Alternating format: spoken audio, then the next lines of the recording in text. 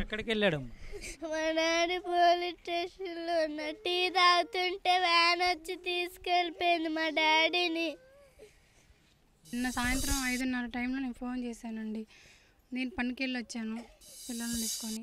Phone చేశాడు, వస్తున్నానమ్మా అన్న, tea తాగి వస్తున్నా అన్నాడు. టీ తాగి వస్తున్నా అనేలోపు ఒక అబ్బాయి వచ్చి పోలీసులు తీసుకెళ్లారు మీ ఆయన అని చెప్పాడు. ఆ పోలీస్ ఆయన వచ్చి దగ్గరికి వచ్చి అడిగాడంట, నువ్వేనా దుర్గారావు అంటే నేనేనన్నా అన్నాడంట.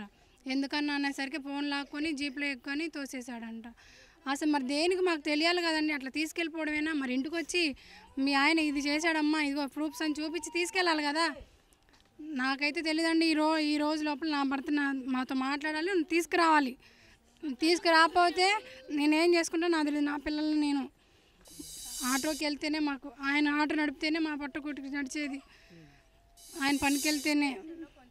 తెలుగుదేశం పార్టీలో తిరుగుతాడు, ఆ పార్టీలో తిరిగినంత మాత్రాన్ని తీసుకెళ్ళిపోతారా? తను ఆయన ఎమ్మెల్యేనా ఎంపీనా పోనీ మీరు తీసుకెళ్ళడానికి?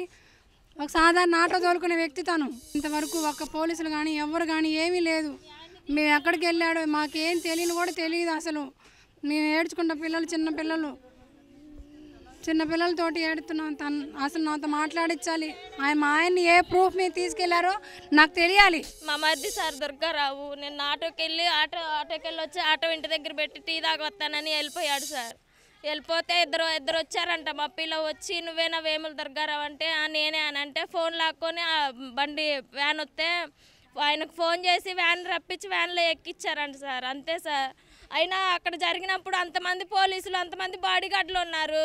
ఈ అబ్బాయి వేసాడని ఈ అబ్బాయి ఫోటోలు ఏమైనా చూపించారా? లేకపోతే సీసీ కెమెరాలు ఏమైనా ఉన్నాయా? ఈ అబ్బాయి తప్పు చేశాడని సీసీ కెమెరాలు చూపించి తీసుకెళ్తే మేము నమ్ముతాం. అయినా అబ్బాయి అసలు వెళ్ళలేదు, ఇంట్లోనే ఉన్నాడు. ఎలా తీసుకెళ్తారు? బస్సులు కూడా తిరగట్లేదని ఆటో కూడా మాది ట్రాఫిక్లో ఆపేస్తారని ఆటో కూడా ఇంట్లో పెట్టి ఇంట్లోనే ఉన్నాడు సార్. ఎటు వెళ్ళలేదు సార్. పోలీస్ స్టేషన్కి మా ఆయన వాళ్ళు వీళ్ళందరూ వెళ్తే పోలీస్ స్టేషన్లో లేరు, ఎక్కడ పెట్టారో కూడా తెలియదు అని చెప్తున్నారంట సార్. మరి మా కళ్ళకు చూపిమనండి సార్ మా అబ్బాయిని. మాకు అసలు ఇంతవరకు అబ్బాయిని చూడలేదు. పిల్లలు అయితే ఏడుతున్నారు, అన్నం కూడా తినట్లేదండి.